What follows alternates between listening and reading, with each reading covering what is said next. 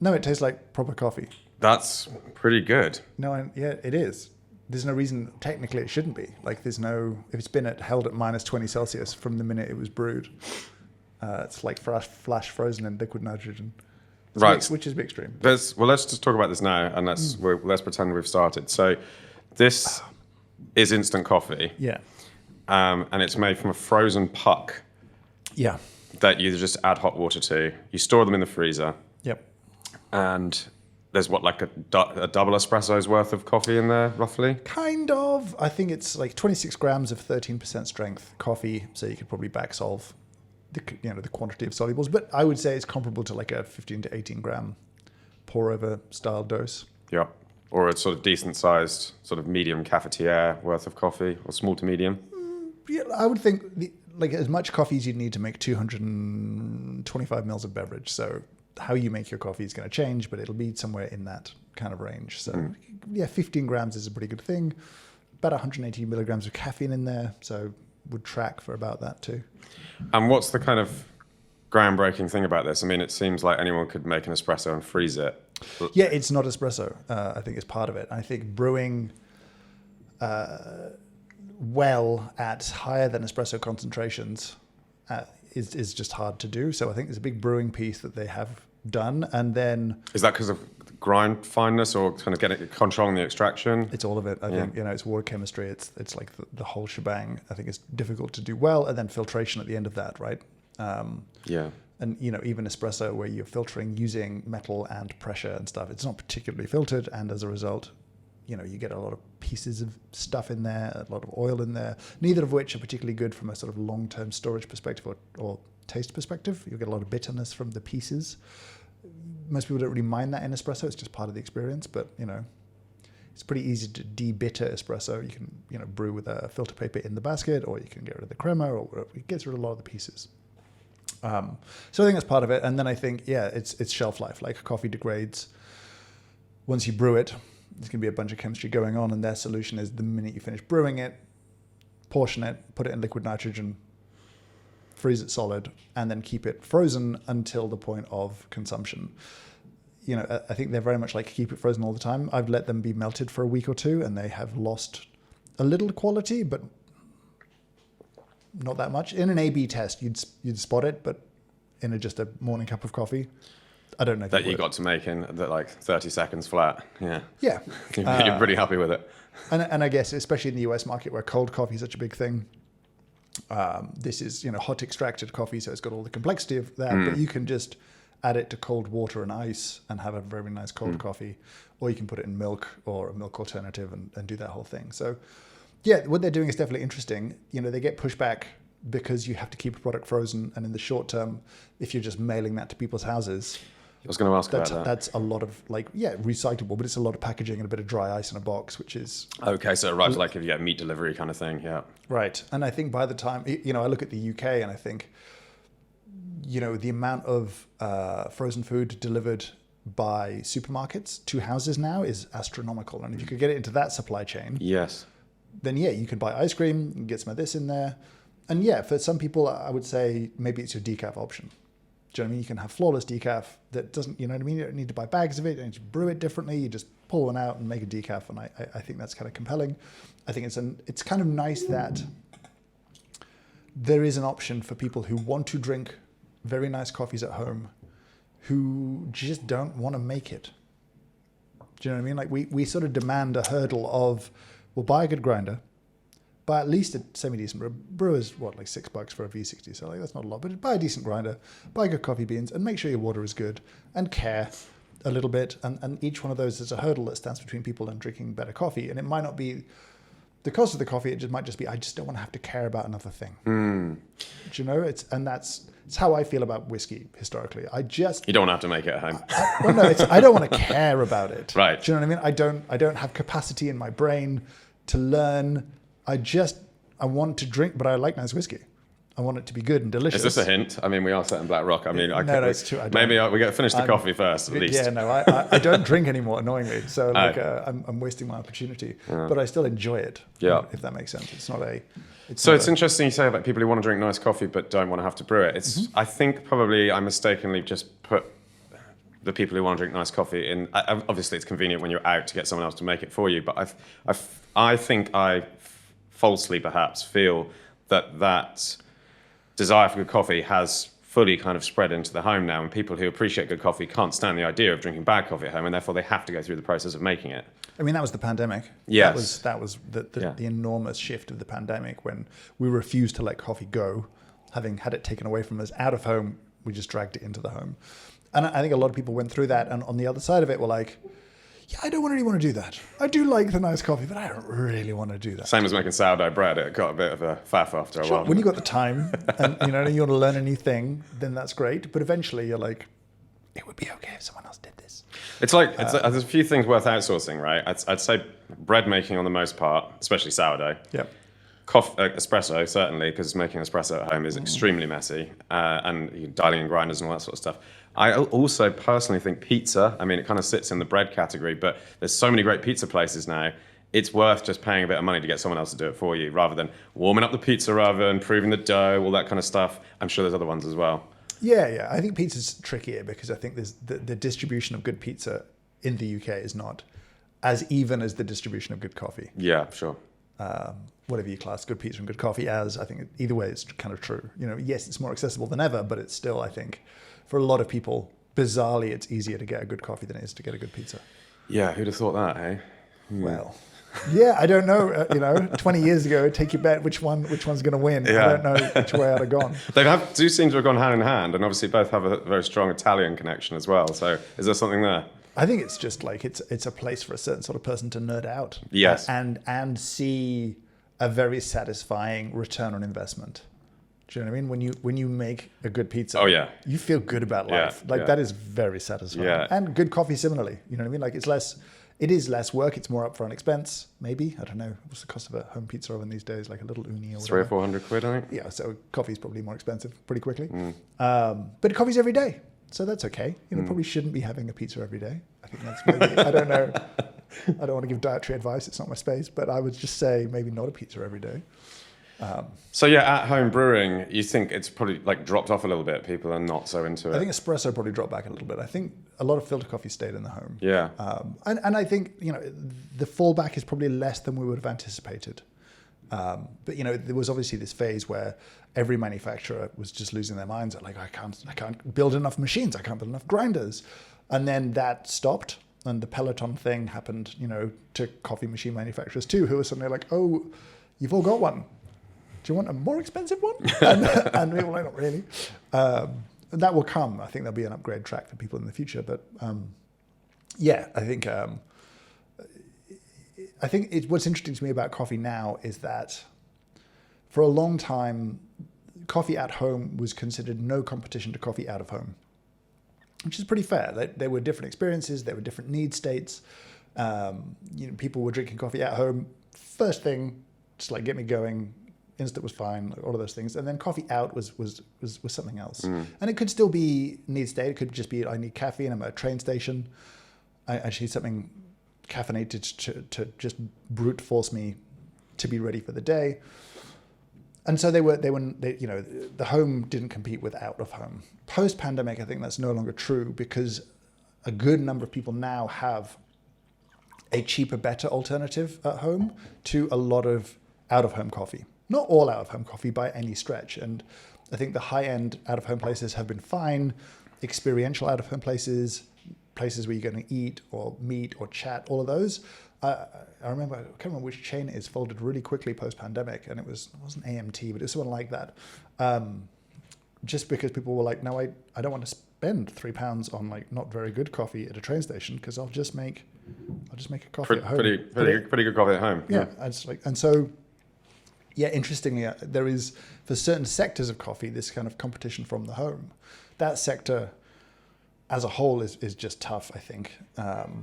Now it was kind of easy before, high convenience, medium quality, medium price, kind of got by. That's probably the most squeezed sector to me now and in the future as well, especially because price is not going to stay medium unless quality goes way down. And there's just a much more of a forking coming in the price quality sort of decision. And then has there been a sort of shift in the type of coffee that people are drinking pre-pandemic? and post-pandemic, because, you know, coffee out of the home was dominated by espresso for a long time. And then pre-pandemic, we started to see filter coffee come into cafes, brew bars and the like. You were one of the pioneers of that in the UK with Penny University, which is not far from here. RIP. Sorry. It was a glorious 3 months. I don't think it was it? I think it was pretty hard work. It was miserably hard. I seem to remember because we opened Pearl around the same time, and I remember you guys coming in very near the opening and you looked withered. Yeah, I think we just for context, for people who may not know what Penny University was, 2010, Aesop, the skincare brand, had like a random space in East London where their offices were underneath, but they had a shop above that they weren't using, and I had a shop next door that they were, and they were like, we just need something in the space. They approached us and said, have it for free for 3 months, just do something interesting, bring people to the neighborhood. So we built a brew bar. There was sort of brewed coffee only by the cup, no espresso, there was no milk, no sugar. It was, for filter coffee at the time, expensive, and there were like 6 seats, and that was the deal. It was weird. And so you'd come in, sit down, and it was much more of a kind of bar experience in that it's like a sushi counter kind of thing in a way. A little bit more. Yeah, we didn't have a lot of choice, but we realized, this is the World Barista Competition, which is very performative, and it's making coffee, but it's like half cooking show, half sommelier, half dog show kind of nonsense. Shout out to Michael Phillips for that one, who's the 2010 World Barista Champion. He's right. We basically turned making coffee into a performance for 6-7 hours a day, and it was absolutely exhausting because we built this sort of bizarre counter that had a sort of sunken water boiler inside it, and that was it. And you realize that in a coffee shop, coffee machine's a great place to hide. You just get behind it, you crank out some drinks, you don't talk to anyone, and you just have a little bit of downtime. Stare at this machinery. Just do the thing. Just do, and there's no give. There's no emotional labor in cranking out like flat whites. But it turns out talking to someone and chatting to them and telling stories and listening and giving great service one-on-one is exhausting. Well, this is the world of the bartender, or the good bartender anyway. That's the chat and the rapport is part of the good hospitality. But I mean, I get you. I think it was even more intense, possibly because it was bar seats only, 6 people waiting for their coffee, and a lot of work going into making every single cup. And you would be juggling 1 to 3 conversations at once. Yeah. Because you'd have individual conversations, but then the group as a whole would start talking, and then someone else would, and you'd just be bouncing around. And then it got popular, and so we were then managing. People ended up waiting an hour to sit down to have a filter coffee. I remember their queues to get in, which is frankly unacceptable and unachievable in terms of what can I deliver that justifies an hour of your life sat on a bench waiting to come inside. I can't make coffee that good. No one can. Like, it's just the nature of the thing. So then you're like, okay, well, I need to turn the table, so to speak, but I don't want to rush you. And you've waited too. How do you balance all of this? And so it was just exhausting. Yeah. And at the end of it, Aesop were like, do you want to stay? And we were like, no, not really. Like, this isn't a sustainable model. It's not very financially viable either, I wouldn't think. Was it? Yeah, it really was. Right, okay. We sold a lot of retail bags. That's true. That's the additional, in the end, most people were coming for, like, the average ticket was like £10. And so, like, they were coming for little experiences rather than just like a cup of coffee. You did chocolate pairing as well, I think. Yeah, like a pairing tasting thing and stuff. So, yeah, it didn't have many people working there. Yeah. So its overheads were pretty low, and we were roasting the coffee we were selling. Yeah. So and it's a shop window for Square Mile as well at the time. It's great, and it was at one of the times of year where it was the World Barista Championship was in London. The world's coffee scene came by. Yes. It was just out of control. Anyway.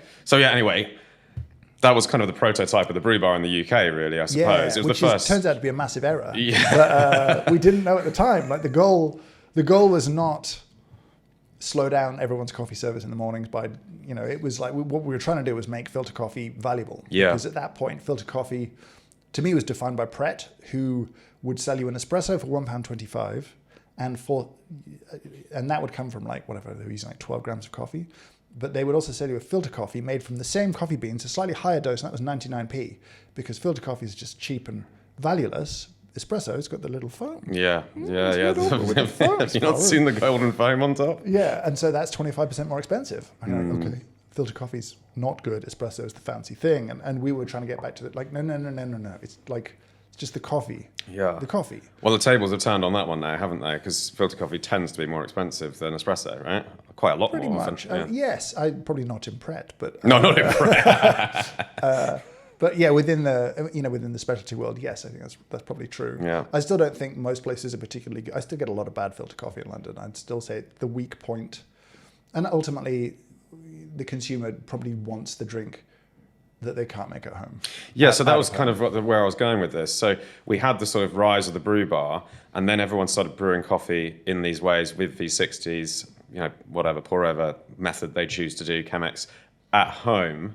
Then they get back out of the home again, having acquired these skills. Mm-hmm. And let's imagine this is someone who still continues to make this coffee at home because they like having that skill and they like having that delicious coffee at home. Do they now then revert back to drinking espresso when they're out because this is the thing they can't get at home? I mean, it'd be easy to be like, yeah, probably. But at the same time, I don't know. I really don't know. Like we know staggeringly little about the consumers of great coffee as either coffee shops or as coffee roasters. We don't know what's driving decision making. We don't really understand patterns of behavior. And maybe, you could argue we should know that, but that requires a bit more invasion of privacy in a funny sort of way. Like we need to start tracking you, which I'm not sure I feel good about. We can ask you, but you'll probably lie to us because people generally don't understand their own motivations in decision making. Or you can kind of run little experiments and see what happens, I guess is probably the best you have. But honestly, I don't know. But you can't tell, I mean, just from your sort of sales split, you're selling espresso coffee and then you're selling coffee intended for brewing. Do you see any difference between 2018 and 2025? I think that the natural variation is so big in weekly orders or monthly orders that it sort of disguises things in that. There's definitely... I mean, the times that we've asked people things has always blown my mind. As Square Mile Coffee Roasters, I remember once we asked, like, how many of you as customers of ours use Nespresso pods? And the answer was, like, a lot. Really? Yeah, like 20% or something like that. And I was like, hang on, what? You're living a double life. What is happening here?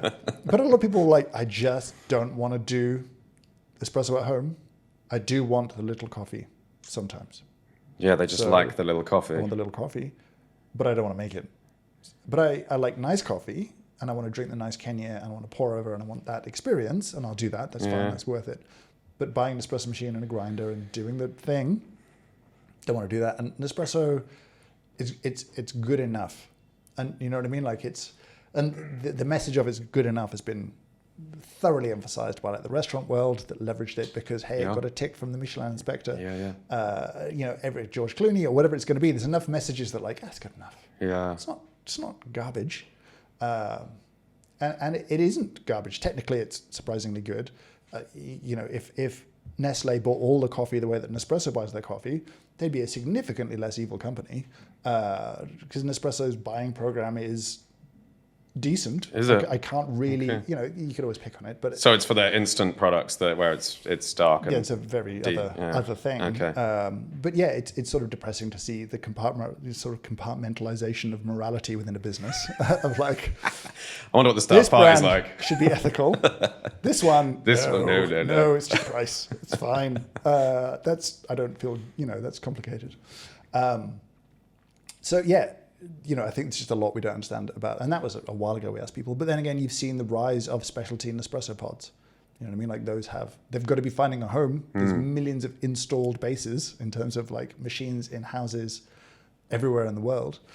So yeah, I think that you can build these really simplistic kind of customer profiles, but people are just much more nuanced and complex and unexpected than that.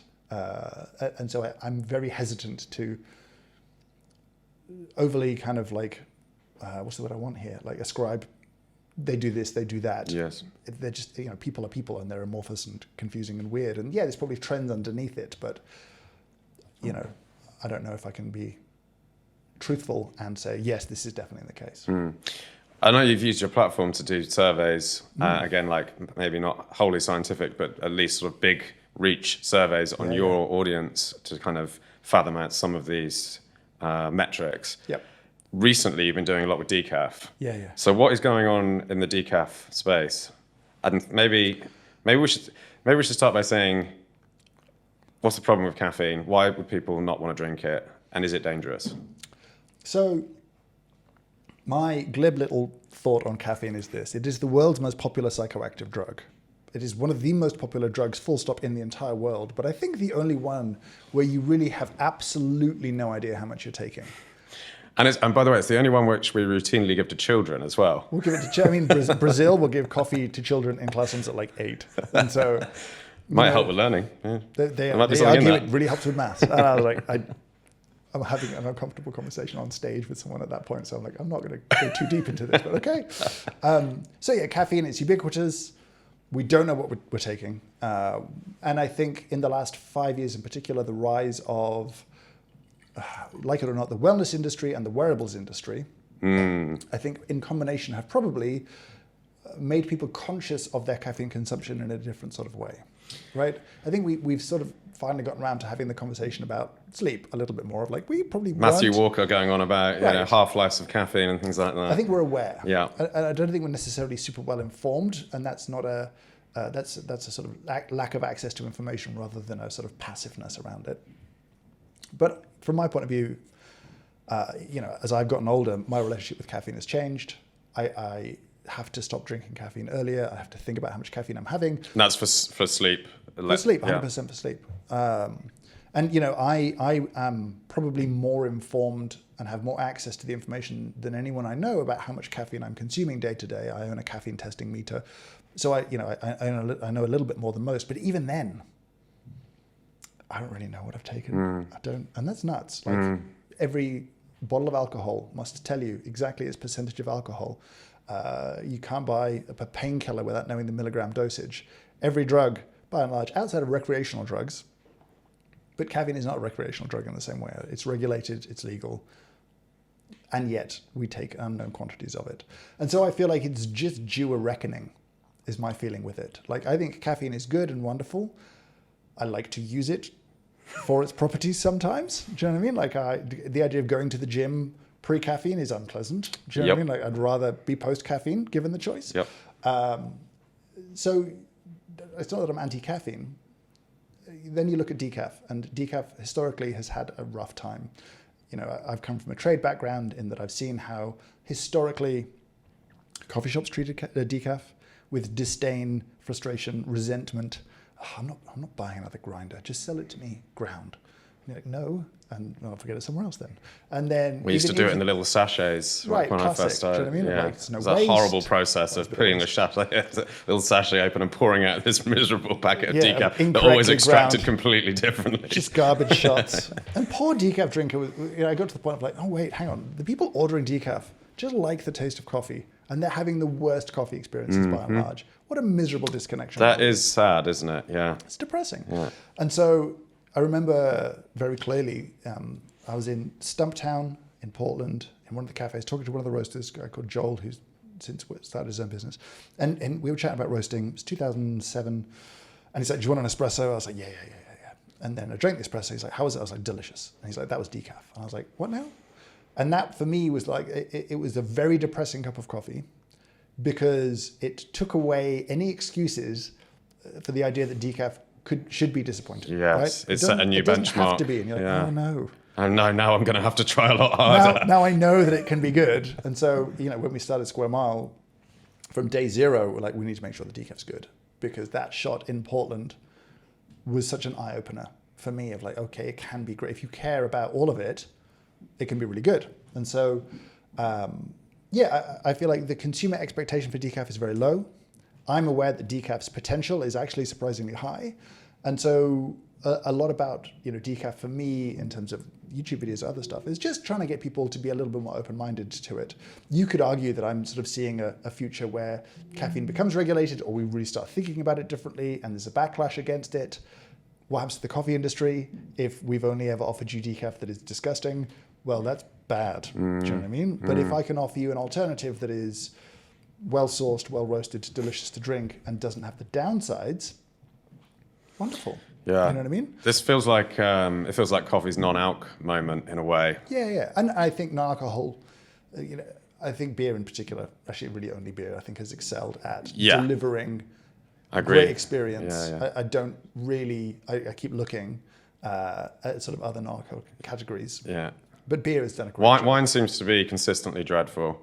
Beer is remarkably good to the point where I actually often just prefer drinking non-alc beer than alc same. beer. Spirits, well, that's a minefield. There's some all right stuff, especially in the kind of Amaro territory. Sure. They're just different products to me yeah. at that point. It's Yeah. not a like for like. The way the beers are like for like, and you know what I mean. Yeah. Like, Yeah. you can sub out the non-alcoholic Guinness, and people are like, "What now?" And that's amazing. It's really good. You know what I mean? It's impressive in that way.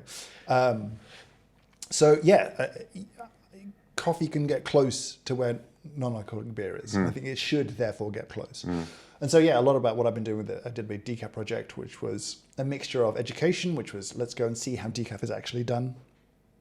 The world is scared of chemicals, despite the fact that everything is chemicals. And I, like water's a chemical. Oh no. So I, kind of wanted to get into like what's genuinely scary, what's not, what's the health impact, what's not, how is this done, is this safe, is this whatever.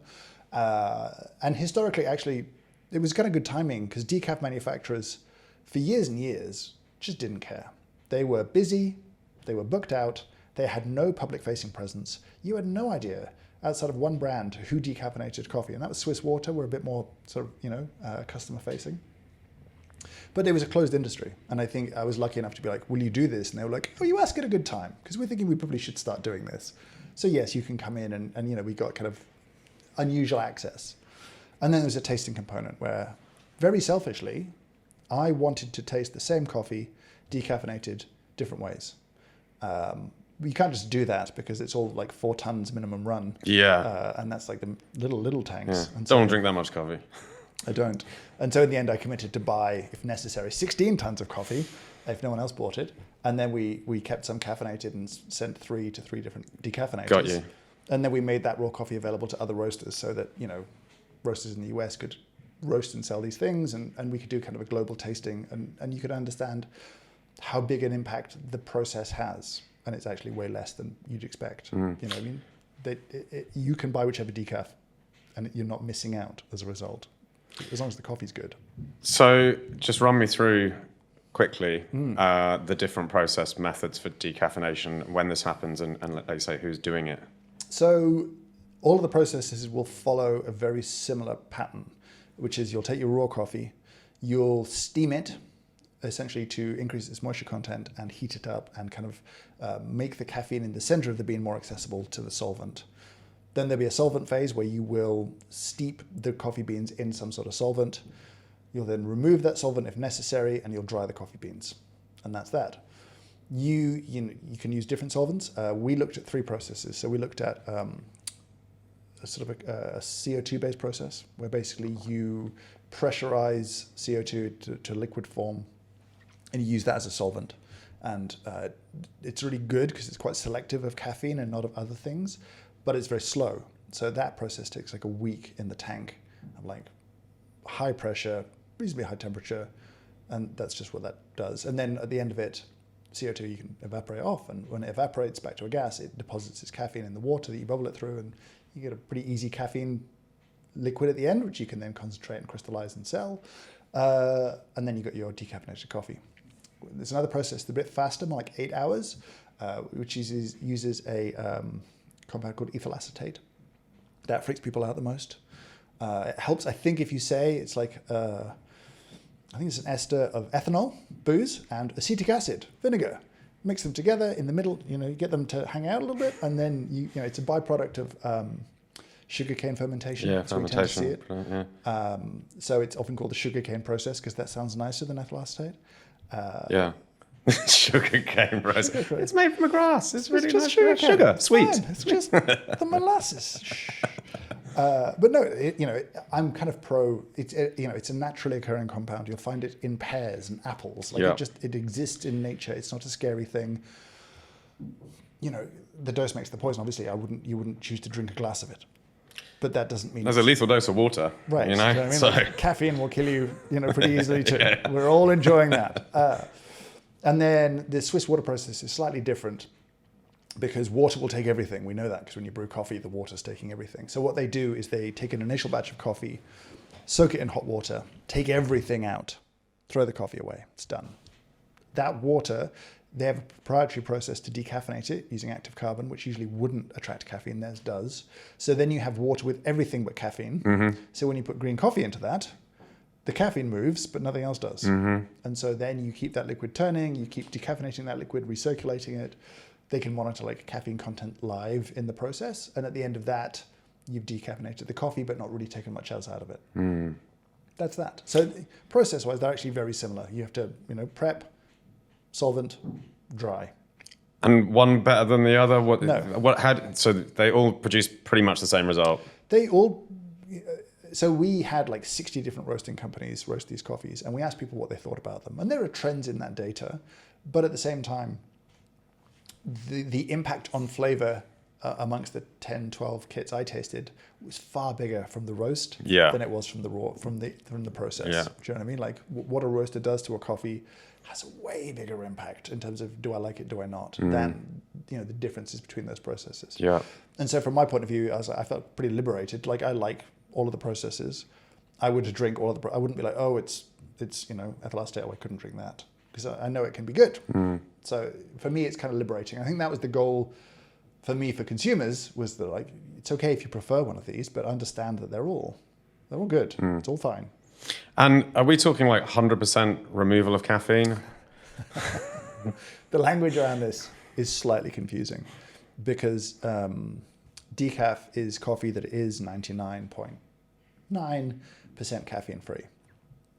I think what's confusing about that is that doesn't mean that of the caffeine that you started with, 99.9% of it was removed. That isn't the case. Arabica coffee is 98.whatever%, caffeine free to start with.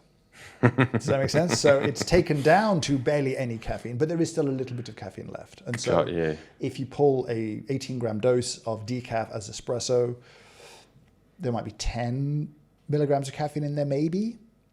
But that's not zero. So it's not 0. There's still a tiny amount left. But at that point, you've gone from, say, 180 milligrams down to 10. It's a substantial reduction. It's a safe reduction. It's not a concerning amount of caffeine for really anyone to take. So it's safe and it's decaffeinated, but it is not zero. Mm-hmm. And I think that's probably worth highlighting now and again. Got you. Okay.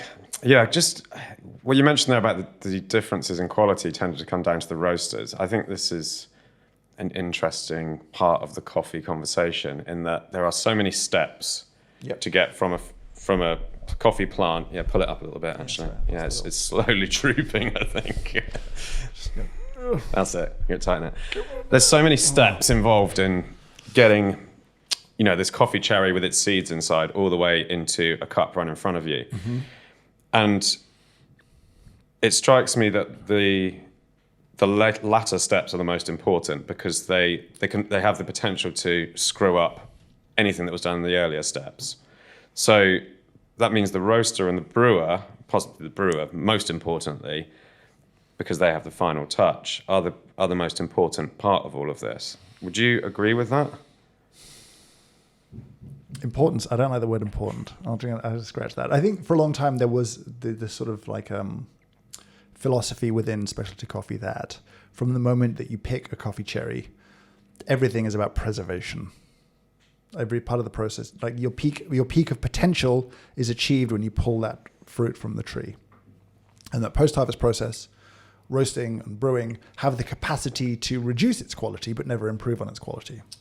Yes, is the thinking. You can only You can only make it not as good. You can't improve it. There's arguments to the contrary of that, but that was the sort of dominant philosophical position of the industry as a whole, and we were very much sort of like it was all about taste of place.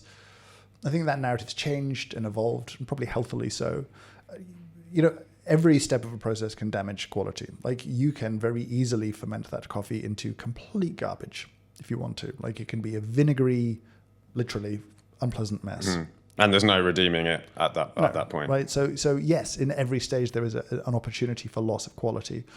I think actually roasting is interesting because there's no singular expression of quality when you roast a coffee. Do you know what I mean? There's things you might like about it that you're trying to bring out. But at the same time, two roasters will approach the same coffee quite differently. One of them may prioritize an aromatic experience. One of them may prioritize sweetness above all. Which one's lost the quality? there's no right or wrong, is what you're saying. It's a bit more complex than that in a funny sort of way. Yeah, brewing, you can mess it up. But again, if you really like acidity, you can mess with your brew water, or you can change other things about it, and you can have more acids in that cup. It can be fruitier if you want it to be.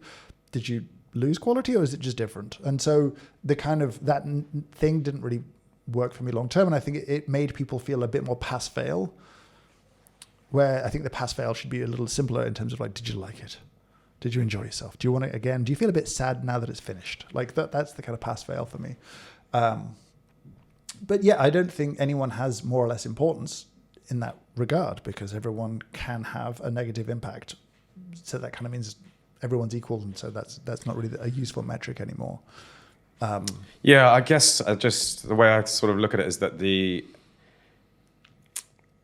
last person to touch it is in a way the most critical point of contact, because if it was already screwed before, then there was no redeeming it. It never would have made it that far. Whereas as a roaster yourself, you have to be very careful about who you're supplying coffee to, because they are brewing your coffee with your name on it. And if they are not capable of doing it justice, then that doesn't look good on you. So I get the point, and I think for a long time roasters love to tell the story of like it's so important that that we do more education, because cafe owners don't know enough about how to make good coffee, or consumers don't know enough about how to make great coffee. I think at the same time, roasters got away with absolute murder because there wasn't really great transparency on how inconsistent their product was, because the brewing wasn't that good, and they totally got away with that. I think. It allowed a lot of bad roasting to happen for a really long time, because you're like, well, it's the cafe, isn't it? I mean, it's a frustrating part of the process. You know what I mean? It was very defining for us when we started all those years ago. It feels like 16 years ago. That it was about coffee is really unusual in its relationship with its customers. Years ago, I shouldn't say who it is actually. Years ago, we used to supply a restaurant, and I was in to do some training in that restaurant, early days of Square Mile, famous restaurant, famous chef. And I was doing all this training, and we were trying to book the next session in, and they're like, oh no, that's the wine training. And I was like, cool. Who comes and does your wine training? Is it your suppliers come in and do that? And they're like, no, we do that in-house. And I was like, interesting. And I was like, who else comes externally into your business and teaches your stuff? And they're like, no one. They're like, you don't think it's kind of messed up? But that's the nature, and you can trace that back. It's kind of an interesting why.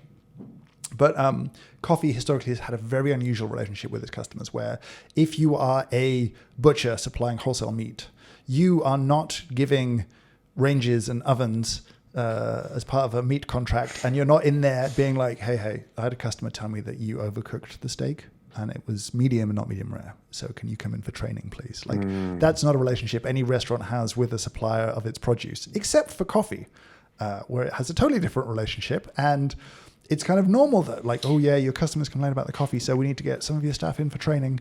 And they're like, oh yeah, sorry, yeah, we should do that. Yeah, we'll give you the staff, and off we go. I mean, I think it supports this idea that they're the final sort of link in the chain. And okay, first of all, restaurants. But how is that different to a parsnip? It is different, I think, in that, first of all, it's often quite obvious what brand of coffee is being used or what roaster is being... This is the key. Okay. And therefore, the reputation of that roaster is on the line. So they need to do the due diligence to ensure that the product is being prepared correctly. I almost feel like the relationship between a coffee roaster and a restaurant or a cafe or brewer, it's almost a partnership in that sense, because there's an agreement, an unsaid agreement, that I'm going to make sure that I serve your coffee in the correct way, or maybe not correct is not the right term, but I'm going to do my best to brew a great cup of coffee. And if you're a good roaster, then you'll do your best to make sure you're not supplying it to people who don't have the best interests of making it tasty, delicious. But all of this, I think, comes from an earlier time when it wasn't necessarily about the deliciousness of the coffee, really. Italy, I think, is it's been doing it longer than anyone else, and you can look at it and see the ways in which it's dysfunctional and be like, oh, how did that happen? From my point of view, my deep-seated belief And again, this is a story I tell myself, and so I look for evidence that will only reinforce this. But if you were a roaster supplying a cafe, you needed some sort of control of them, right? You needed to retain them through control because there's always going to be cheaper. So how do you stop them leaving? And the answer is that you have a very unhealthy relationship with them. You brand their cafe first and foremost. Yeah. You need branded napkins, you need branded cups, umbrellas, whatever you need, like big, like thing out, like whatever it's called at the front. We'll brand all of that for you. We'll give you all of that. It's taken away. And the reason is we're going to convince you that your customer's relationship is with us. Yeah. And you can't they love ex-Italian brand, like, whatever it is, like they're not going to go anywhere. And if you think about that kind of control was only deepened, you were in the coffee industry at a time when you would have seen roasters come in and be like, don't touch the grinder. We do that. If there's a problem, you tell us, because you're not to be trusted. We're in charge. And it was a very unhealthy relationship in that regard, but it allowed control. And, the extremes at the other end, you had in Italy, you could sign a contract to be supplied by someone and they'd pay you 10,000 euros up front. They're like, here's some cash. And you're locked in now. And that mafia mentality seems to have sort of worn off a little bit on the coffee industry, perhaps. The joke for a long time was that you just couldn't drink a straight shot of Illy in Italy, right? Because most people would do the contract, have the tins, and then be like subbing whatever else to cut the Illy with something. You just couldn't get a pure shot because it was too expensive and you just needed to make some money, but you needed all the upsides of it. And it was like a very dysfunctional industry. And that's certainly the model that came into the UK and Australia and, other places too, that was very much about control. And so it normalized this weird relationship where you don't really think about your coffee, someone else thinks about it, and you're stuck now. And changing supplier was such a pain. Emotionally, physically, all of that stuff, there was an enormous barrier to change, which, I thought from the beginning was extremely dysfunctional. And I was like, when we started a roasting company, people were like, can we get branded cups? And I'm like, no, you need to own your relationship with your customer, because I need you to be a healthy, functional business that pays its bills because you make money, because that way you can pay me and that would be healthy. I can't be a bank the way Italian roasters can be a bank. Don't have the cash, don't have the desire. But that's how the industry was. And, it was about, for us, it was like, okay, then we need to give you knowledge and, we want you to choose us. Ultimately, it's nice to be chosen and not be stuck with someone. You know what I mean? Like we wanted people to make the choice, but it was contrary to how it had worked for a long time. And, at the extreme, you've got the kind of approach of, we'll give you a free machine, we'll give you a free grinder. Now you're stuck with us. And it's a bribe. Yeah. It's a straight up bribe. It's going to be like, can you overpay for slightly lower quality coffee? No. Well, what if I give you 10 grand of stuff on loan that through overspending on the coffee, you will buy for me as an asset for my business that I'll still own, be on my books. Yeah. But it looks like I've been real kind to you. And there's interest in there as well. And all factored in. So, restaurants would call us up and be like, can you give us a free machine? We'd be like, absolutely not. And they put the phone down. And you're like, fine. I don't want a dysfunctional relationship with people. But that's where it's come from, and that's how it's kind of ended up where it is. Do you still sell machines? Yeah. Yeah. But I mean, that comes with a mindset of, it's a tool. It should help you make nice coffee. And if it breaks down, you're not selling coffee, we're not selling coffee, so we need to help you fix the thing too. But you should own it. It's your asset. You should have the freedom. We shouldn't be locking you in like this. But that's obviously, that goes wrong sometimes. People leave and you're like, oh. Well, yeah. But yeah. Okay, moving on. Sorry, yeah. No. It's all right. WBC. Yes. So I think we probably first met when you were rising up the ranks of the World Barista Championships. 2006, maybe. I feel like probably coming 20 years now, isn't it? Yeah. Don't. And I was pretty deeply invested into that whole thing for a couple of years as well. Yep. As intense as it gets, it's pretty full on. So maybe a lot of people listening to this are familiar with, they might have seen cocktail competitions or entered cocktail competitions. Not many people probably have gone through the whole UKBC, WBC, whatever BC thing. So I have nothing to do with it anymore. I don't follow it or anything. I'm interested to know from you how it's changed, if at all, over the years. But perhaps first, do you want to have a go at describing exactly what this thing is and what it entails? Sure. So the barista competitions are basically the important bit is a 15-minute performance. You have 4 sensory judges, taste judges, customers, however you want to frame it. You must make them each, back in the day, it was each an espresso, each a cappuccino, and each a signature drink, which was a non-alcoholic coffee-based drink of whatever you kind of wanted to do. They'll judge you on how it tastes. They'll judge you on your performance, on your sort of knowledge, hosting, all of those kind of bits and pieces. There are 2 other judges looking at your technical skills. Are you neat, clean, consistent? Do you make a mess? Do you know what you're doing? And then a head judge, because who watches the watchers? And so that's the nature of it. It is one of the most bizarre, intense experiences I think you can have. I think you said that cocktail competitions are not nearly as intense as these things. No, well, I mean, I think probably cocktail competitions could learn quite a lot from barista competitions. I'm not suggesting that the entire format is sort of transposed over because I think it's a bit much. But cocktail competitions, because there's no kind of independent body like the WBC organizing them, they're all different. You have different brands that will organize the competitions, some small, maybe just in a local town, and then others much bigger, like Diageo World Class being the best example, where it's, 60 different countries. And they've got a lot better in that competition at sort of standardizing score, not sheets anymore, of course, they're iPads, but having a sort of structure to how drinks are scored and performances are measured, that kind of carries up right to the sort of the world finals. But nevertheless, even their scoring systems, I think, are probably a little bit lackluster. It's quite basic. It's out of 10, what does it taste like? Out of 10, what does it smell like? Out of 10, what does it look like? Out of 10, how technically proficient are you? Out of 10, what is your sort of performance like? So kind of a little bit like the kind of subheadings on the barista competitions, but without all the granular detail of each bit. And we can get into that maybe, but I think the problem with such a kind of oversimplified score sheet is that it's not as useful for the competitor in terms of feedback. You don't really understand where it is you went wrong. You can add notes and things like that, but if I give you 7 out of 10 on taste, what does that mean exactly? Too sour, too sweet, too strong, not aromatic enough, etc. Whereas the score sheets I don't know how many different points there are you've got to tick on a barista's competition score sheet, but there's a lot, right? Yep. And you can just look over that score sheet and know exactly where you went wrong with everything, right? Yep.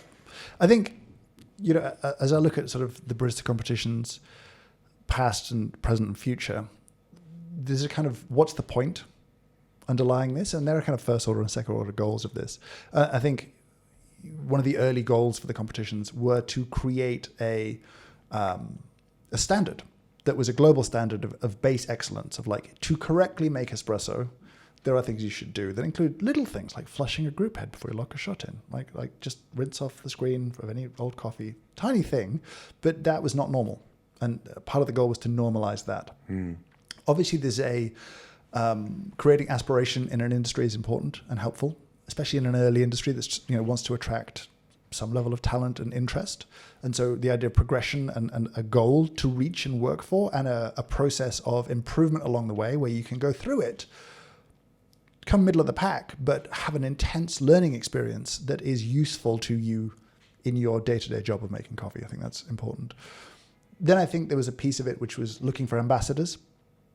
I think that's probably part of, cocktail competitions too. You're looking for someone who you can, turn into an authority and leverage usefully. And then, in a funny sort of way, there's also the desire to be taken seriously outside of the community. You know what I mean? That takes a lot longer. Sort of legitimizes it. Yeah. Like I remember when I won the World Barista Championship, it was 2007. London had no interest in that as an idea. Do you know what I mean? If I'd won a sandwich making competition, I'd have got a lot of press. I'd have done really well. But the idea of like being good at coffee was so alien. It was. Back then, you're like, I don't know. Like I think when I won, I made a little tiny box in the corner of the metro. or whatever it was back then. Maybe it wasn't I don't even remember. But whatever the free daily newspaper was, I was like a little circle of my stupid face and like 2 sentences of like, in Tokyo, whatever. In the sort of novelty section of the newspaper. Just like, here's a random fact for the day. Yeah, like, you know what I mean? Look at this weird guy. Yeah, look at this. Can you believe it? There's a coffee competition. Right. And still fair. Obviously now, I don't think coffee needs to prove itself the same way. I think people understand that it can be good and that you can be good at it. And so that process is sort of, it's not over, but it's a much lower order thing. Yeah. But do you think that that intention to kind of elevate the craft of coffee making, do you think the WBC helped to achieve that? 100%. Yeah. Early days, 100%. And it was really interesting. I remember not long after I won, there was a conversation about dropping some of the technical requirements because everyone in the World Barista Championships would just get all the points. You know what I mean? If everyone gets all the points, why have the boxes? It was kind of like behave like a robot in the end, wasn't it? It was like everyone knew the exact steps you had to do. It's just whether or not you forgot the step, right? Yeah, and there was pushback on dropping them from a bunch of educators in other places who were like, hey, no, our coffee culture hasn't evolved as fast as other places have. We still need this as a standard to aspire to, which was really interesting. And so, yes, that kind of, again, it normalized a bunch of technical processes around making coffee that improve cleanliness, improve the experience, were good things. So I'm all pro for that. I think the criticism now that you have against competitions is that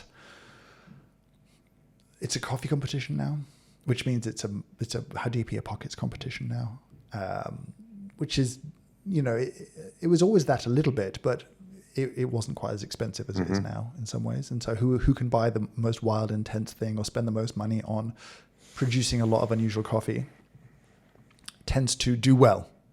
And that seems, contrary to the whole goal of like elevating a craft and the barista. And instead it's really this kind of weird mixture of barista, farmer, importer, exporter, who it's all a bit soupy. And then I think the other thing about it is that it's less important to the coffee industry in a funny sort of way, because early days, there was a great idea of like, well, what could this be? If you win, how successful could you be? I remember there was a guy called Paul Bassett, an Australian guy who won in 2004, I want to say. He got like a sponsorship from BMW that year. Did he? And like he did a brand of like collabs with a manufacturer called Sunbeam. And I heard he made like $250,000 that year, which to me in 2006 on whatever I was on, which is not that much, was like, oh my, you could, wow. Now he's still doing all right. He has a chain of cafes in Korea, great soft serve, which is, and I think it's some in Japan too. But there was this idea of like, what could it be? What's the potential? What's the ceiling of being a great barista champion? And I think we are now 25 champions in, something like that. So is it 2000 it started, was it? Or 2001? 99, I think. 99. So this year will be like 20. I don't even know. It's a lot, right? And I think I realized I was like, what was I, 2007? So I wasn't even 10th. I think it was maybe the 9th or something.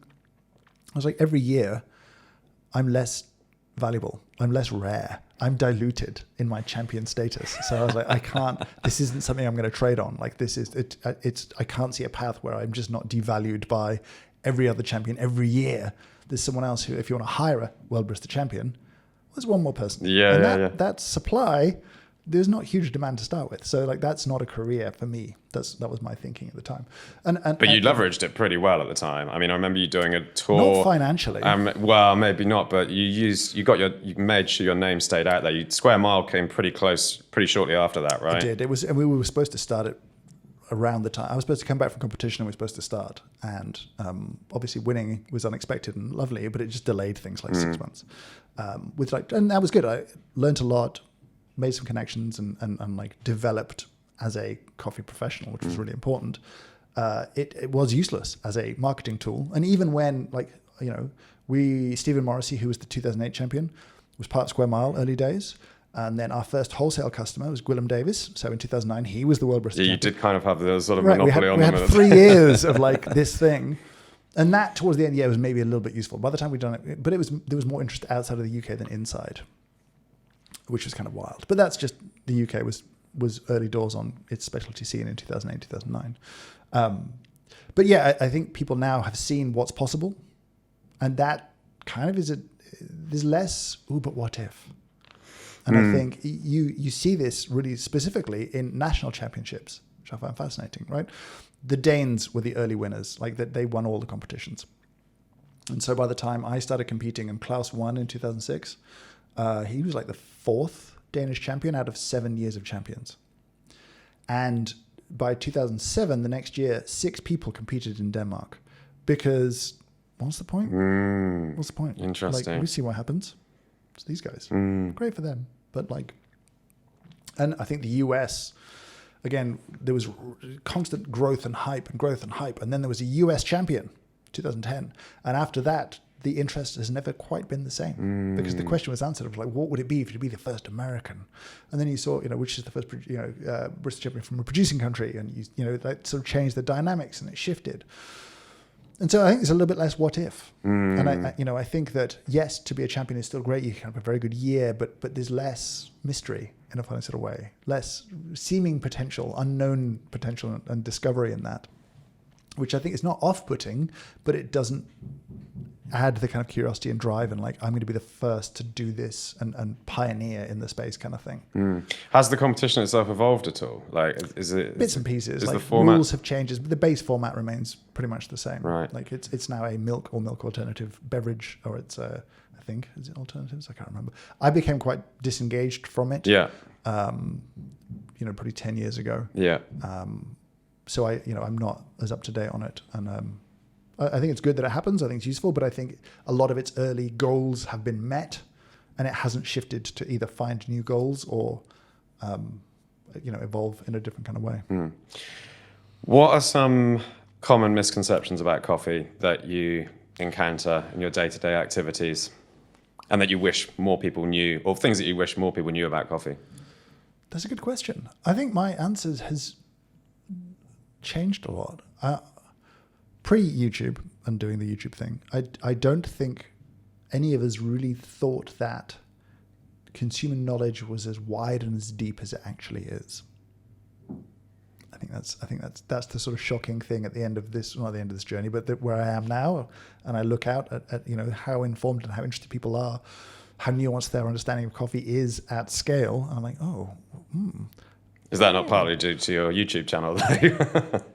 Yes and no, in a sort of funny sort of way. You think it was always there, but it was sort of it was simmering under the surface. Yeah, I think people wanted to be interested in it, and we didn't do a great job of being interesting, other than like, here's another brew guide, and they're like, yeah, sure, yeah, fine, but like, well, and also I think there was, and I'd be interested from your perspective to see if you think this has changed. There was definitely a period of pretentiousness around coffee. 100%. We had it with bars as well, with cocktails and mixology, where it was not a hostile environment to go into a nice cafe, but oftentimes it wasn't very welcoming because there was this sort of attitude of like, you have no idea the complexity of the things that I'm doing here.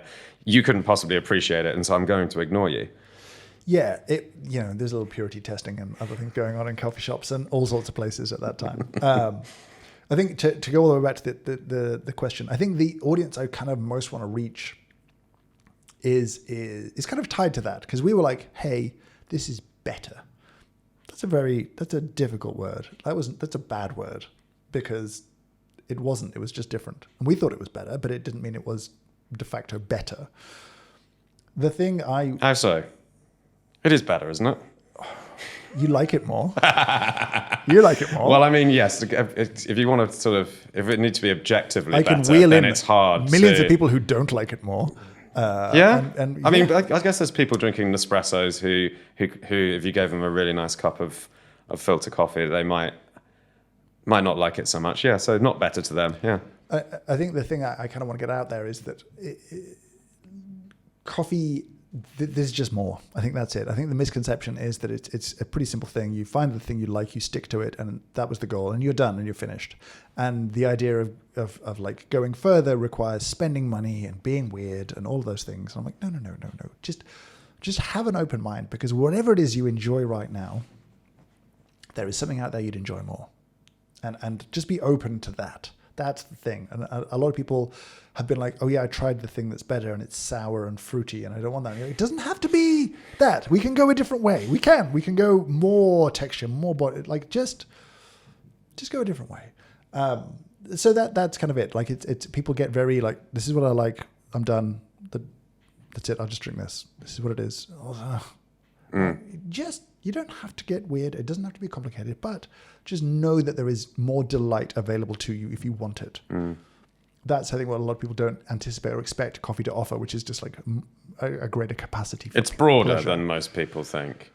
It can be fun. It doesn't have to be weird. You don't have to get silly about it. Yeah. But I promise you, I can bring you more pleasure to your life if you just a little bit of exploration and try a couple of things. And if we can guide you, we can get you to a point where you're like, oh, I like this more. Oh, what a treat. Like every day for little effort, for little money, my day is now nicer. Every morning is better than it was. How nice is that? What a lovely thing to offer. That's kind of where I want to get to, without the whole like you must start weighing everything and making your own custom water and you've got to buy the right flatbed grinder at 98 millimeter burrs and whatever. Like that stuff shuts people down very fast, as it should. But I feel like we're missing people who could enjoy coffee more and ultimately value coffee more, because that's the scary bit of the future. Why is that scary? For a long time, we've been taught coffee is and should be cheap. And that's been undone in the last 20 years to some extent. But it's probably not been undone fast enough. I just don't see a future where coffee is as cheap as it is today. Ultimately, right? Like it's square mile price hike coming in. It's not it's not a us problem. It's an everyone. No, problem. Sure. Like it's an amazing time to drink coffee right now. Like I cannot tell you how good a time it is to drink coffee right now. It's never been better in human history. Because it tastes great and it's an accessible price point. It's not everywhere. expensive. It isn't. Do you know what I mean? Like we are surrounded by bottles of liquid that speak to the multiples that you can apply to go from mediocre to good to great. Yes. Coffee does not have those multiples yet. And so right now you can buy pretty good coffee pretty affordably, and you can buy it from a host of places. It's not hard to drink a good cup in a cafe now. It's not hard to buy good coffee online. Coffee's very available. Loads of choice. How wonderful. I don't know how that continues into the future. I noticed you're going to give a seminar in Madrid called "Is this the end of the golden age of coffee?" And is this the crux of the point, basically? This is, I think, yes, I think it's basically, it's it. Like So it's not so much that there's not going to be great coffee available. It's just that we've had it so good for so long with the price to quality ratio and that needs to change. That's going to have to change, because I think there is going to be a number of stresses on coffee as it currently is, that demand will change, supply is going to change, and they will not match each other. And there's a bunch of factors. Everyone's going to be like, oh, is this climate change? And yeah, to some extent it's climate change.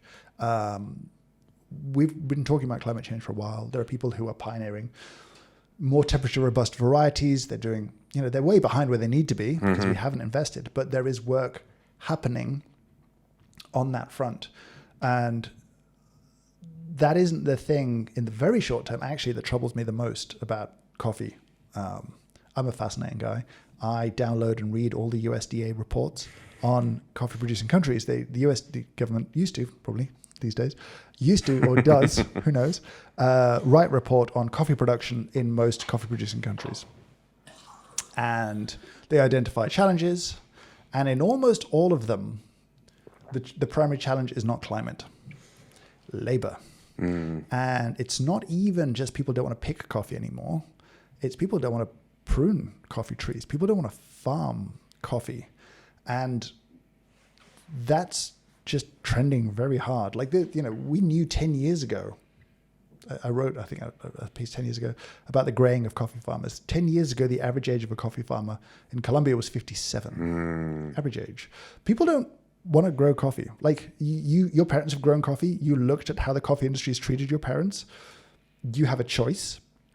Do we, and in a lot of coffee producing countries, there's a lot of urban flight. Fair enough. Why would you not? Yeah. Get an education, move to the city. I don't really want to do what Dad did. It looked like bloody hard work. Look at him still in the fields. It's in his 60s picking coffee. But it's farms need more than just one farmer. Yeah. And so it's not even the farmers, the people who might even own the land It's who's out there managing trees throughout the year, and then who's going to come at harvest time and pick that coffee.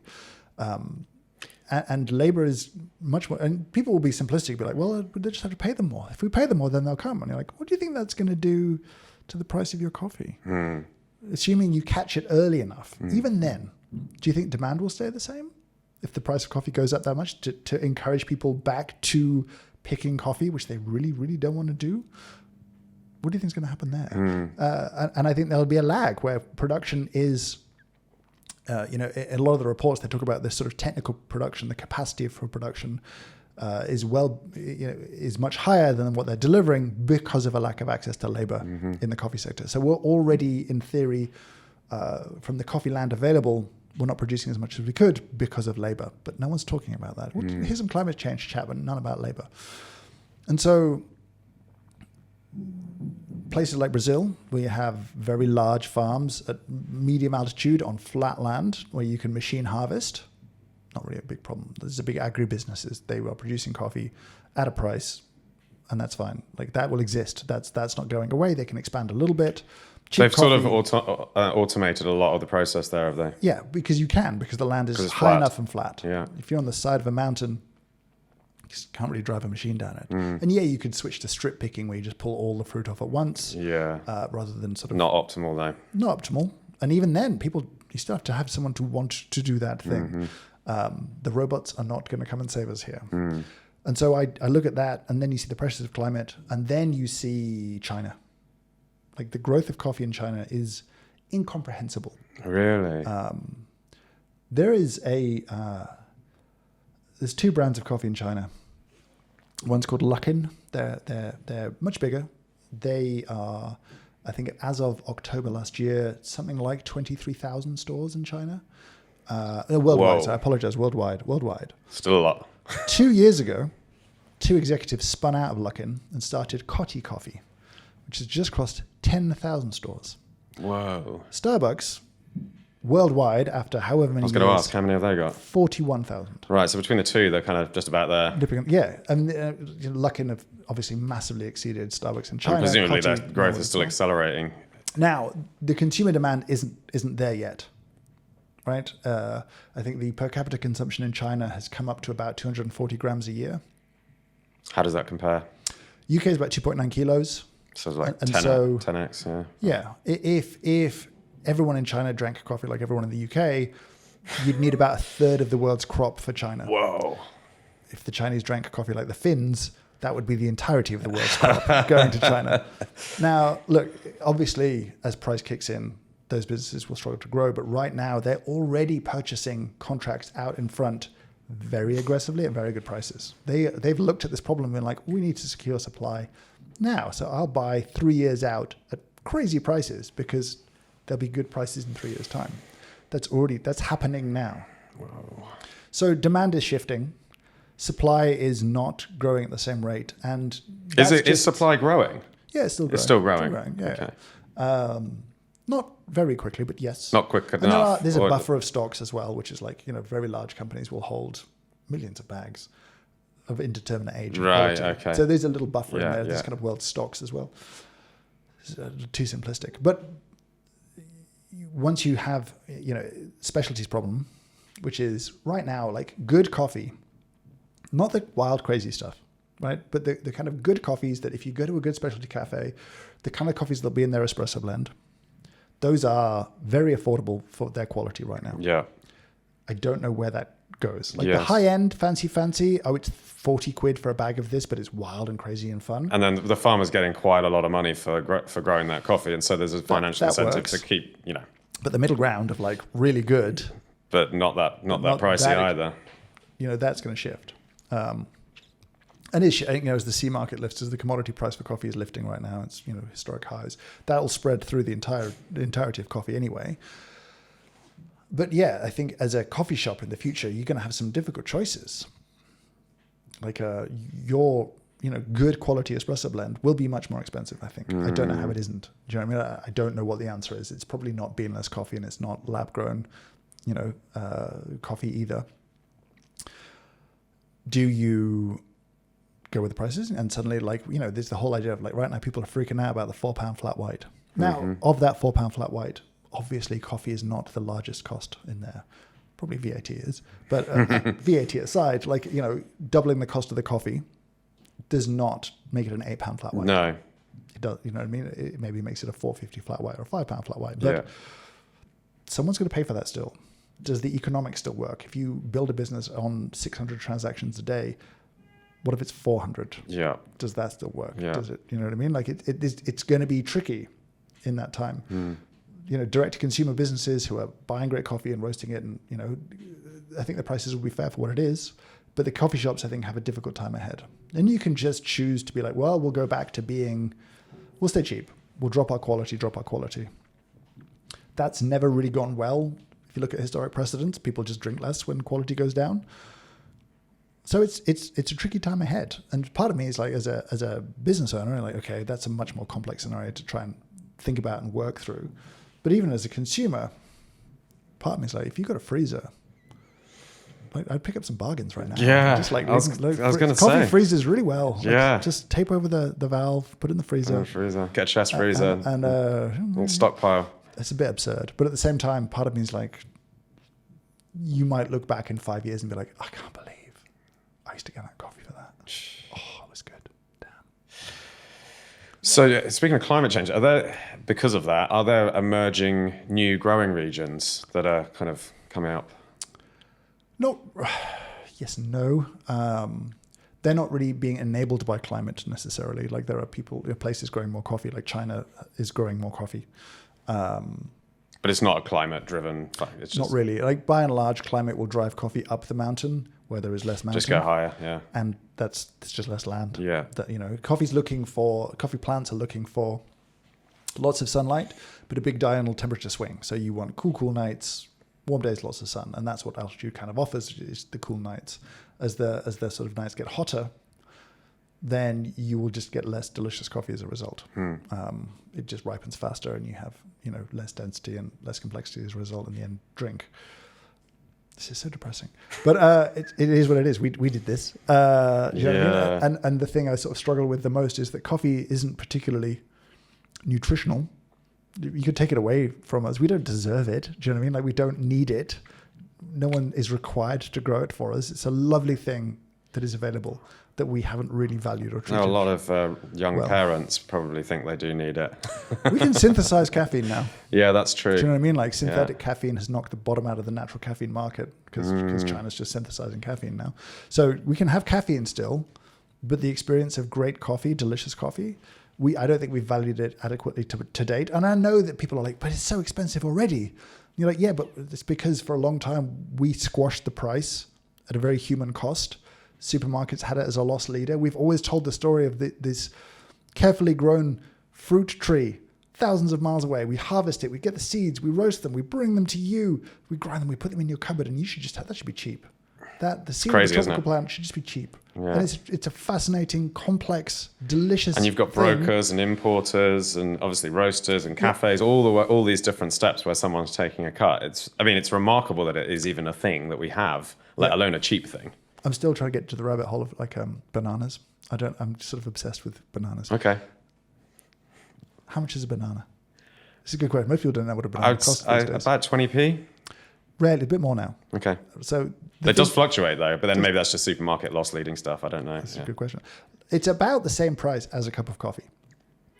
At home, if you buy a bag of decent coffee beans, use 15 grams for a dose, that cost I see. is about the same as a banana. So to make your one coffee, it costs about the same as a banana. And I was like, wait, how does this happen? Because that coffee was a lot more pieces of fruit. Now, when you harvest a banana tree, you cut the whole thing of bananas off, and then you ship that, right? So, and then it's own, it gets processed at some point, but there's no value add theoretically. There's no processing, there's no roasting, there's probably less chains in the supply. Right. So I was like, how does a banana cost the same as an unprocessed singular piece of fruit as 50, 60, 70 pieces of fruit that were aggressively processed and passed through many different suppliers and all the value. Well, there's weight and size to consider, I guess. It's bigger. Yes.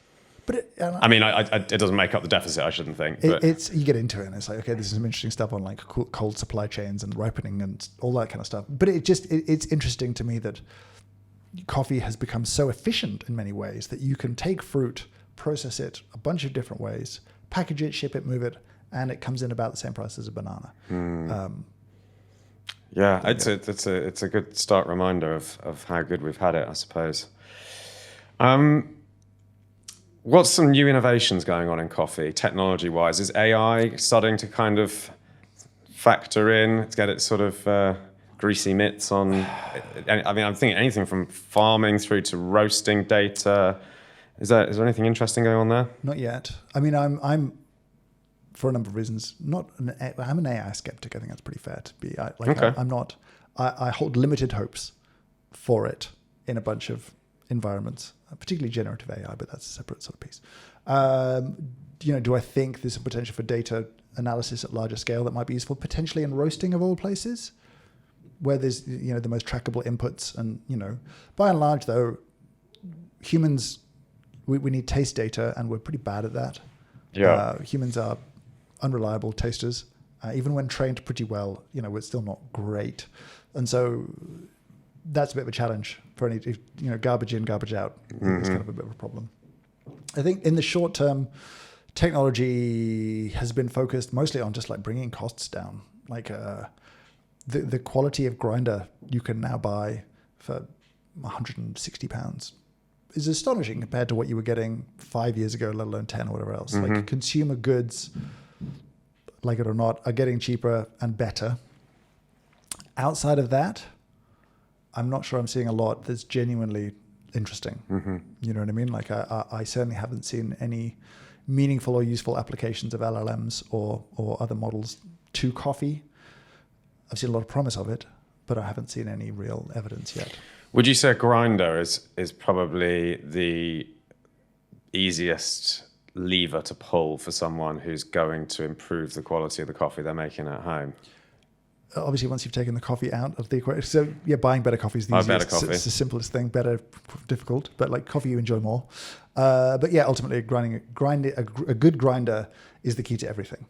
Do you know what I mean? Like I recently bought like a £60 Aldi espresso machine and paired it with a nice grinder and got some really nice shots out of it. £60? Yeah. No, it's junk in a whole bunch of ways, and the experience was Does it get up to like the necessary pressure? Because that's not hard. To heat water to 95 and push it forwards with a little vibe pump is not difficult, as long as you disperse it nicely before it hits the coffee. I can't believe it's that cheap. That's amazing. Wild. And I was it makes me uncomfortable because I'm like, what's the longevity of this? Am I just feeding landfill? Like all of those things concern me. But yeah, that was paired with a $1,500 grinder, which is certainly an advantage.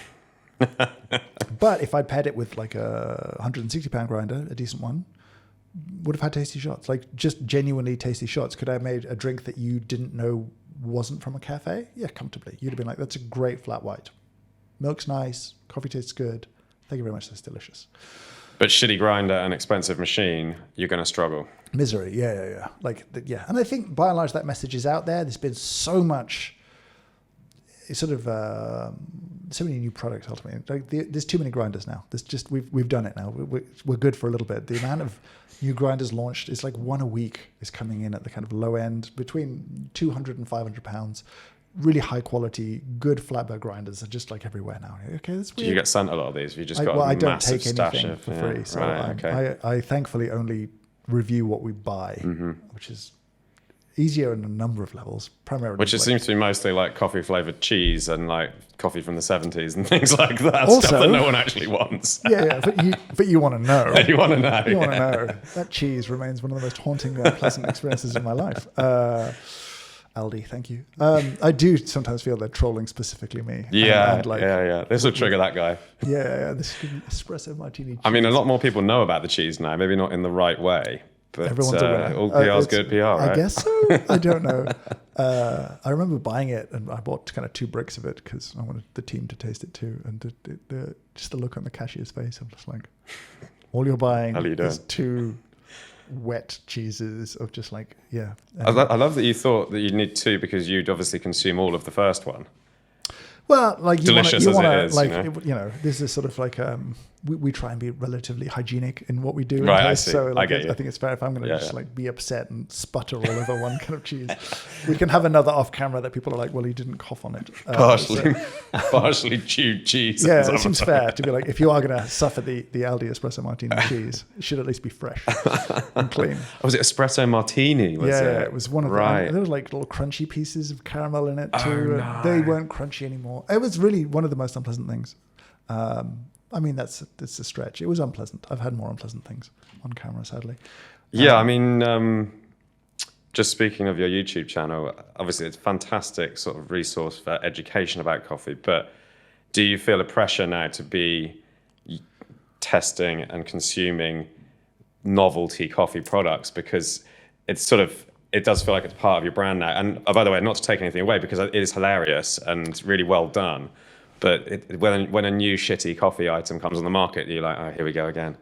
I think it's for me, if I genuinely am interested in trying it, then it's fair game. And you know, we've done a few things. Like, I think the coffee from the 1930s was I was genuinely, someone had found it in their father's or grandfather's collection, this sort of Harrods branded thing, turned out to be from Harrods from Buenos Aires. We spoke to Harrods about it, worked out when it was from, raw coffee. And then I roasted it. Oh, it was raw coffee. And brewed it, and I drank it. And so what? Harrods was selling green coffee in the 1930s. So, but people roasting at home then? Yeah, 100%. It was quite normal. Roasting at home has a really long history. Okay. That I remember tasting that and thinking, am I going to die? Have I just poisoned myself? Legitimately poisoned? Because I forgot to spit. I kind of I brewed an espresso and sort of sipped it. And I was like, oh no. There's no danger of it being dangerous, is there? We did afterwards send it for mold testing and a variety of toxin testing. Oh, I suppose there is that. But then the roasting ought to take care of that kind of depends on the Well, it depends on it, doesn't it? Yeah. So yeah, it was a bit late to be honest, because I thought I was going to lose my lunch on camera as well. But I mean, with some of those things, it's fun to taste them and be a bit upset about them. But I also just want to know, it has to come from a place of genuine curiosity for me of what do coffee creamers actually taste like? There's 6 million of them now.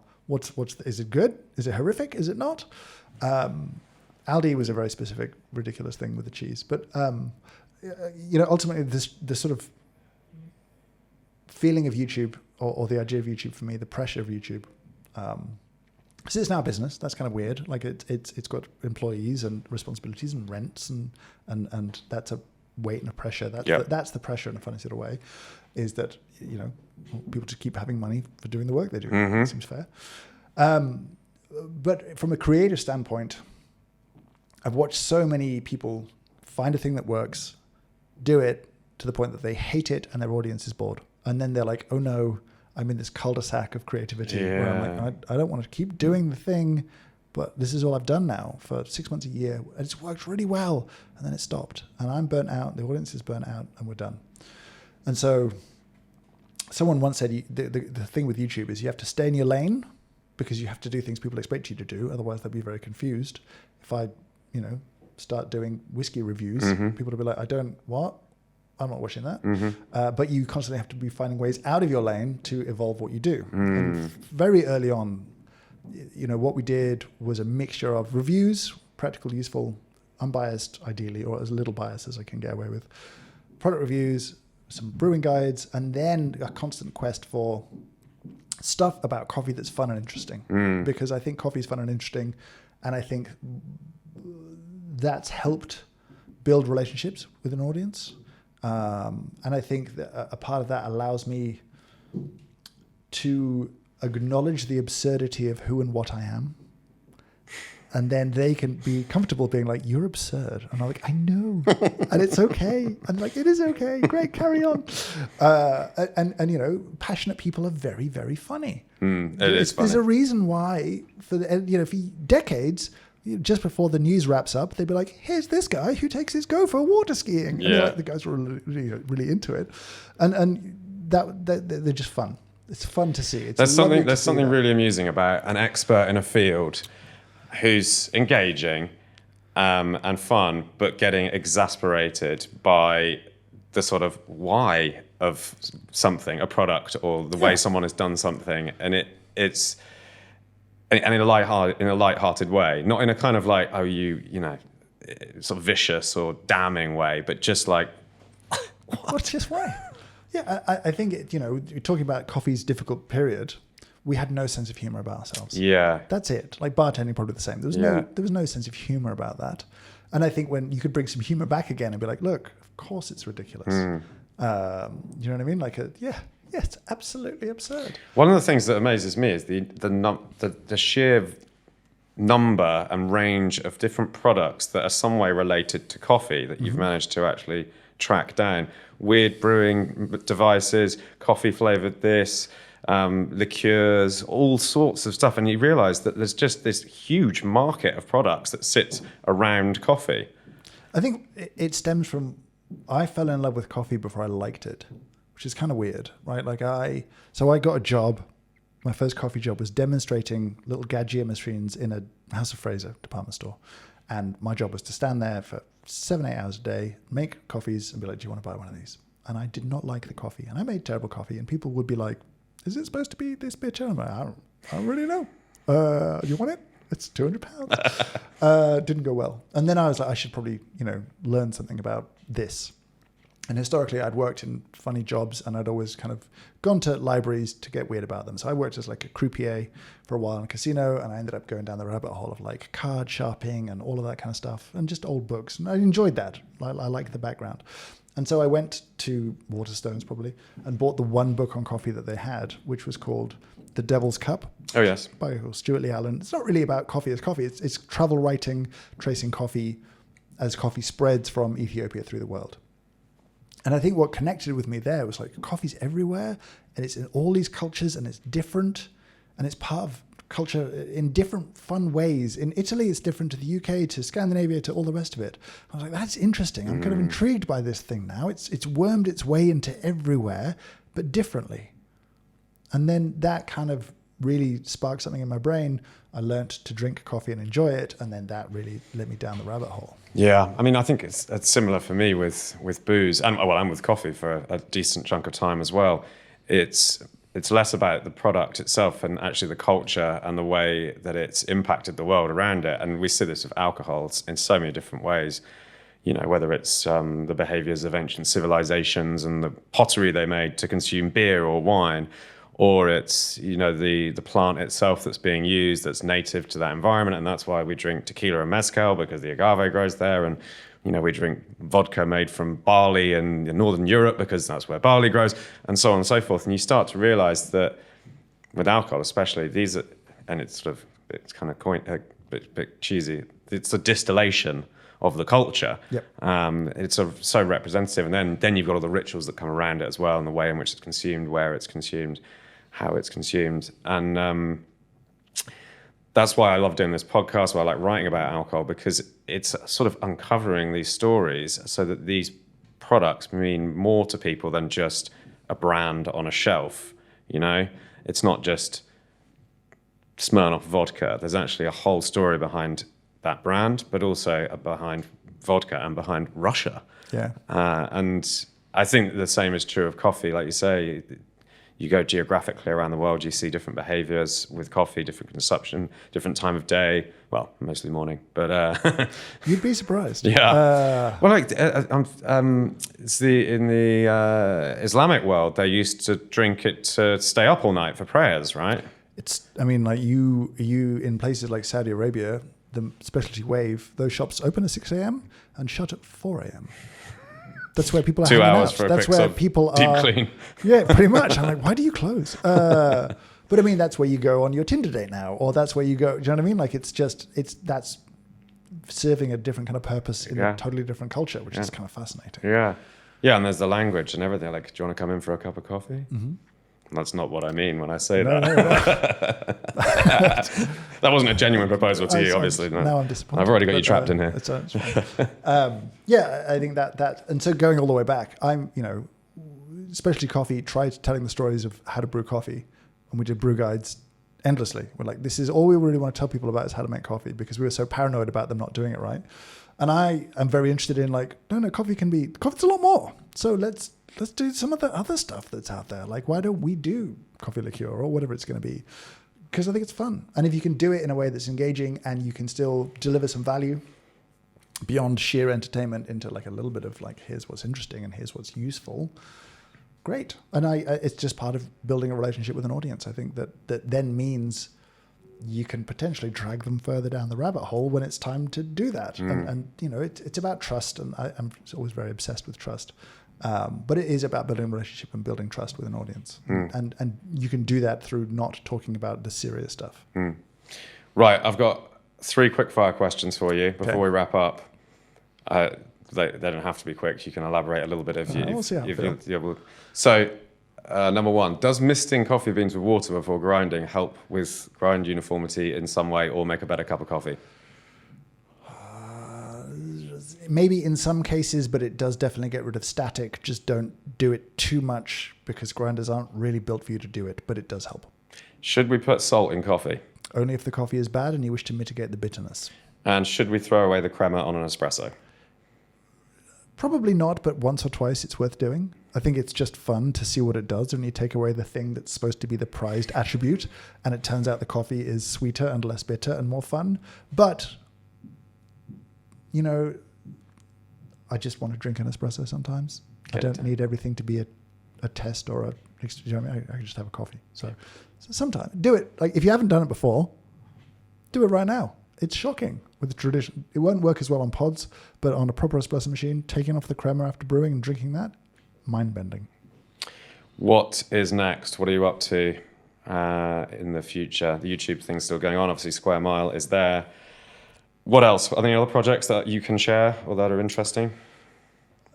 Non-shareable. None really ready for sharing. There's stuff I'd like to do this year, but it's a bit early to talk about it. But yeah, I think right now it's actually YouTube's taking up a lot of time to do more complex projects in that we're starting to make documentaries and try and do longer, higher production kind of stuff. You've done a few things like that, right? Some sort of pretty big budget. Kind of deep in the weeds on like a multi-interviewed storytelling piece that's kind of presented in a very YouTube way. That'll be kind of fun, which is going to be called How Starbucks Accidentally Popularized the V60, which is a really good story that's nothing really to do with Starbucks or the V60, but it's a good story. So those kind of things. And then there's just some other projects, some book stuff and some, those kind of things. I'm still trying to work out work-life balance. I remain obsessed with that. And so I'm trying not to give in to my constant urge to say yes and make more things. It's a tricky one. I don't like sitting still. And when there's nice opportunities and projects sort of presented to you, it's hard to decline sometimes. It is, but I also feel like if I like this and I want to keep doing it, you got to pace yourself. You know what I mean? Like it's so burnout is a worry. Always. Yeah. I've been through cycles of burnout endlessly over the last 20 years. I'm still not very good. As in exhaustion, or more sort of just disenfranchised with the projects themselves? Oh yeah, all of it. Right. Like physical, emotional. Like I think 2015. Genuinely thought about leaving coffee. Did you? And doing some other stuff and talked to someone quite seriously about leading a project and moving out of coffee into another domain. But then I probably wouldn't have been very good at that job because I'm not. Starting companies is different to running companies, and I'm not very good at running companies. Yeah. And so even YouTube at this point, part of me is like, I'm not. Oh no, it's like a grown up thing now. There's people and structure and those things. It's just annoying that it's dependent on me still. Yeah. Whereas, I think that's the chance. And always will be. Yeah. Unless it pivots to being a bunch of other presenters and other stuff. But it's, there's a YouTube creator called Tom Scott, who's so lovely. We made a video together years ago now. And it was the most difficult brief I've ever been given for like a video. They're like, Tom Scott, YouTube hero, amazing, lovely. Wants to do a video with you. Great. Tom doesn't drink coffee. Okay. He'd like to try and learn to drink coffee. I'm like, great. Tom doesn't drink caffeine. It's like, right. Okay. So that was the brief of like, can I get you from I don't drink coffee and I don't want caffeine to like, and at the end of it, he has an espresso and enjoys it. And I'm like, I've done so well. It's the great collab. But going all the way back to that, he's like, my biggest regret is putting my name on the channel. I just didn't think. Yeah. But that is immediately a burden you'll always because wear. then the brand, you're just intrinsic to the brand at that point. That is it. It is you. It's all you. It's your name on everything. And that frustrates me because a lot of the work that we publish on the channel now is yeah, I might be my face at the front of it, but there's a team of people who made that thing, and for better or worse, it's still my name on there. It's not our name, it's my name. And that is frustrating in a whole bunch of ways. Not just because I want to abdicate responsibility, but I feel like, historically I always hated when people would tell me, oh, I had this roast from Square Mile, it's delicious, well done. I'm like, well, that wasn't me. Yeah. You know what I mean? I didn't source it, I didn't roast it. Yeah. I did a bunch of other stuff, but I don't deserve any credit here. And, that I suppose is now just turned up on YouTube and posted away. Great. Where can we find you? I mean, it's actually difficult to avoid you at this point. So Instagram, YouTube, books as well. You got 2 now? Was it 3? 3. 2 really. 2 probably. You had the blog, the Jim Severn blog one as well. But I printed that, and I'm not doing that again. Yeah. Just the World Atlas of Coffee and how to make the best coffee at home. Great. Thanks so much, James. Thanks for having me.